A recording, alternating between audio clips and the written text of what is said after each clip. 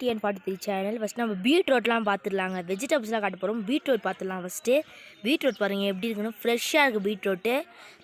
அந்த இலையிலே நிறைய கீரை இதெல்லாம் சாப்பிட்ற மாதிரி செய்வாங்க. பாருங்கள் எப்படி இருக்குது, நல்லா இருக்குல்ல. ஃப்ரெஷ்ஷாக இருக்குது, பெருசாக இருக்குது. வேர் பாருங்கள் எப்படி இருக்குன்னு, செமையாக இருக்குல்ல. நெக்ஸ்ட் நம்ம கேரட் பார்க்க போகிறோம். கேரட் பாருங்கள் எப்படி இருக்குன்னு, நல்லா ஃப்ரெஷ்ஷாக இருக்குது. கழுவுனீங்கன்னா இன்னும் கலராக தெரியும்